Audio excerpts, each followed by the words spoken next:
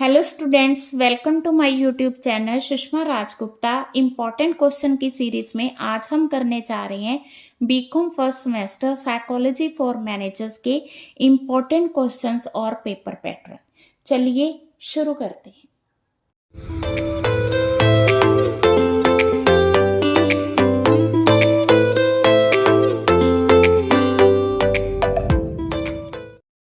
हाँ जी, paper pattern इस तरह से होगा।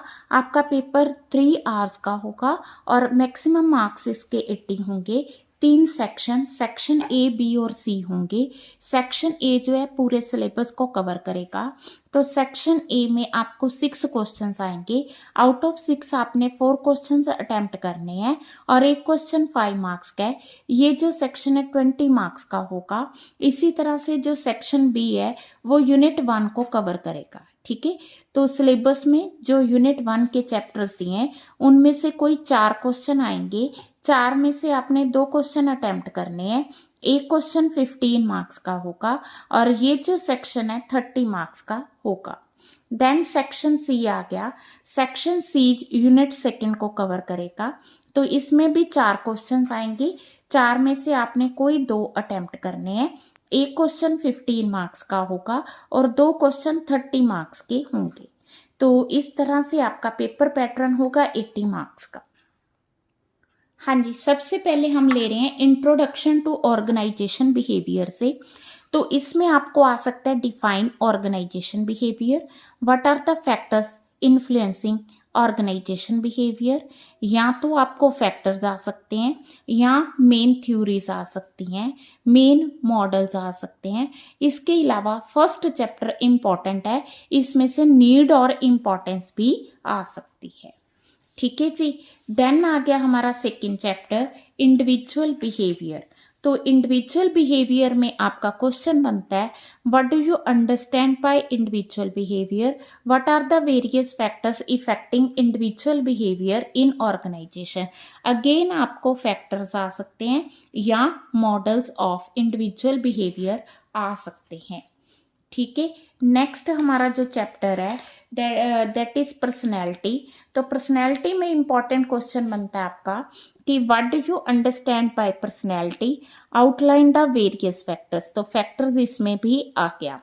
फैक्टर्स आ सकते हैं या state the determinant of personality and discuss various theories of personality. Next हमारा चैप्टर है परसेप्शन का।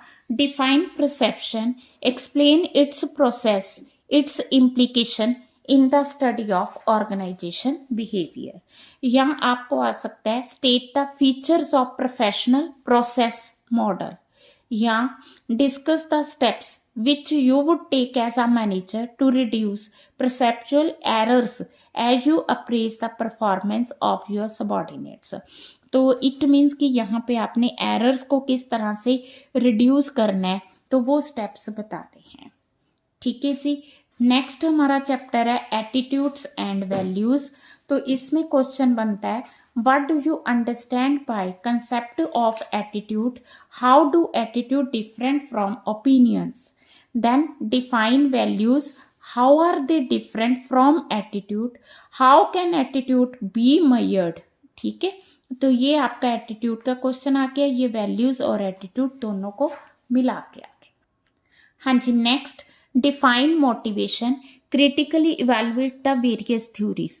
तो यहाँ पे हमने थ्योरीज ली हैं compare and contrast, Maslow's, Herzberg's and McClelland theories of motivation। या non-financial incentives are as strong motivators as financial ones, critically examine this statement in the light of Maslow need hierarchy and Hertzberg's two factors theory। ठीक है, तो इसमें आपने इन दोनों theories को explain करना है। तो ये सीधा क्वेश्चन आ गया, इसमें उन्होंने स्टेटमेंट डाल के क्वेश्चन डाल दिया। ठीक है, देन एमबीओ में आ गया। MBO is considered to be most effective tool of organisation effectiveness, explain some of the contributions of the concept of MBO in motivating employees।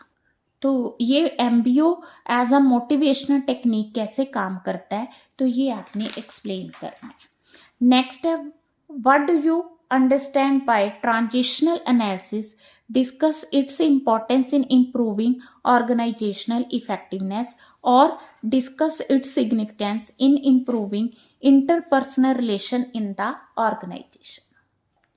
Next हमारा क्वेश्चन है, leadership is situational, do you agree with this statement, explain in brief theories of leadership, define job stress, job stress के chapter से है, what factors are responsible for causing stress, तो इसमें factors आके what can be done to cope with stress, तो यहाँ पे आ गया कि हम किस तरह से स्ट्रेस को कोप अप कर सकते हैं।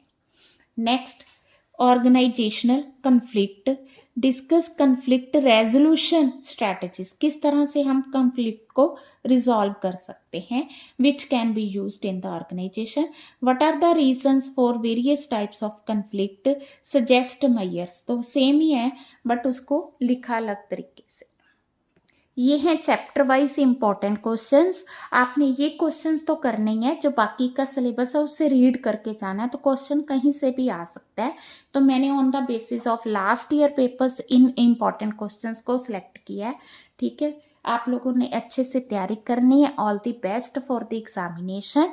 वीडियो अच्छी लगी वीडियो को लाइक करें, चैनल को अभी तक नहीं सब्सक्राइब किया जरूर सब्सक्राइब करें और ज़्यादा से ज़्यादा वीडियोज़ को शेयर करें। थैंक